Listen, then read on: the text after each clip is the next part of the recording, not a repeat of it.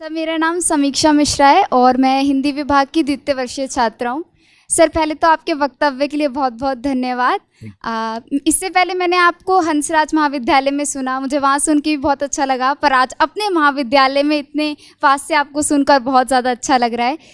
Sir, मैं आपसे बहुत प्रभावित हूँ और इतनी उम्र में भी आकर आपके जो मुखमंडल पर तेज हमेशा रहता है, उसके लिए भी बहुत ज़्यादा प्रभावित हूँ। आपको क्या लगता है कि मैं 80 साल का हूँ या 90 साल का हूँ? सर, मैं आपके यहाँ आने से पहले मैंने आपकी उम्र गूगल पे सर्च की थी, 49 बताया था। सर, एडवांस में जन्मदिन की शुभकामनाएं। सर, प्रश्न पे आती हूँ। सर, आपने कहा कि हिंदी ताकतवर है लेकिन उसका एहसास दिलाने वाला कोई नहीं है, और हिंदी समझदार है लेकिन उसे बताने वाला कोई नहीं है। आज भी हम देखते हैं, जैसे आपने भाषाओं के शब्दों को लेकर झगड़े पर बात की, भाषाओं जो आज झगड़े होते हैं।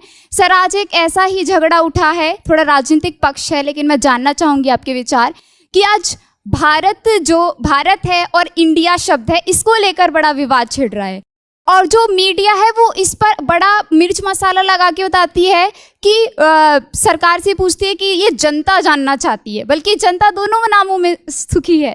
तो इस पर आपके क्या विचार हैं? क्या हमें उस इंडिया शब्द को अपना लेना चाहिए या दोनों ही हमारे लिए बेहतर है? देखिए, मैं फिर कहूँगा कि मुद्दों को ना अलग करके समझना पड़ेगा। पहली बात, ये विवाद इस समय क्यों उठा, इसके पीछे राजनीतिक कारण हैं। आपको भी पता है, मुझे भी पता है। मेरी अपनी समझ ये है कि दो तरह से मुद्दे को देखने। पहली बात, ये उठा क्यों, और दूसरी बात, सही क्या है, गलत क्या है। ये उठा क्यों, इसके पीछे राजनीतिक पृष्ठभूमि पूरा देश जानता है, आप भी जानती है, मैं भी जानता हूं। पर कोई मुद्दा राजनीतिक वजह से उठा इसलिए मुद्दा ही गलत है, ऐसा नहीं होता है। राजनीति कई बार गलत काम करती है, कई बार सही काम कर देती है, और जनता के दबाव में अगर सही काम हो ही जाए, राजनीतिक वजह से ही हो, तो भी क्या बुरा है। अब आते हैं इस सवाल पर कि भारत और इंडिया में से क्या सही है। संविधान सभा में इस पर खूब बहस हुई थी। यह हमारे संविधान का अनुच्छेद 1 है, और उसमें लिखा हुआ है, India that is Bharat shall be A union of states. बड़ी इंटरेस्टिंग बात है कि उस समय डिबेट थी कि भारत का नाम भारत रखें या इंडिया रखें। कुछ लोगों ने आर्यव्रत भी कहा, आर्यव्रत कहा, कुछ ने हिंदुस्तान कहा, सब नाम चले। अंत में सहमति बनी कि नहीं, भारत और इंडिया ही ठीक है। नेहरू जी ने खुल के तो नहीं, पर नेहरू जी के पर्सपेक्टिव से जो बात वहां पर ज्यादा आई वो ये थी कि हमारे संविधान के बनने की प्रक्रिया में जो बहुत सारे एक्ट थे जो अंग्रेजों ने बनाए थे, जैसे इंडिया इंडिपेंडेंस एक्ट 1947 का है, 1935 का एक्ट था, उन सब में इंडिया का इस्तेमाल था। उस समय के भारत की तरफ से जो समझौते अंतर्राष्ट्रीय थे, उन सब में इंडिया नाम था। पश्चिम की दुनिया हमें इंडिया के नाम से जानती थी, अमेरिका हो, फ्रांस हो, कोई भी हो, सब इंडिया जानते थे। नेहरू जी का मिजाज जो था वो ये भी था कि हमें ग्लोबल पर्सपेक्टिव में चीजों को देखना है, पूरी दुनिया से संवाद करना है, क्योंकि उनकी रुचि अंतर्राष्ट्रीय मुद्दों में ज्यादा थी, बहुत ज्यादा थी। मेरे ख्याल से इन सब वजहों से तय हुआ कि हम अपना नाम इंडिया रखेंगे, पर इंडिया के बराबर महत्व भारत का भी रहेगा। तो लिखा गया India that is Bharat. India जो कि भारत है, राज्यों का एक संघ होगा। 4 दिन पहले की बात है, मैं हॉलैंड में एक टैक्सी में बैठा हुआ था। इंटरेस्टिंग मत सोच के देखिए, टैक्सी का ड्राइवर मोरक्को का रहने वाला था। उसको जैसे ही पता लगा मैं भारत से हूं, उसने मुझसे यही सवाल पूछा।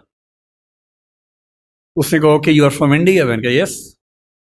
We are listening to a debate India और Bharat, what do you think? मैं बड़ा चकित कि ये मोरक्को का आदमी हॉलैंड में रहता है, इसके मन में ये सवाल आ रहा है। तो मैंने कहा कि ये तो राजनीतिक कारणों से हुआ है, लेकिन बात अपने आप में सही है। मैंने कहा जैसे बॉम्बे मुंबई हुआ, मुझे खुशी हुई, क्योंकि मुंबई की आबादी के लिए मुंबई में जो मजा है वो बॉम्बे में नहीं है। बॉम्बे तो अंग्रेजों ने नाम दिया था।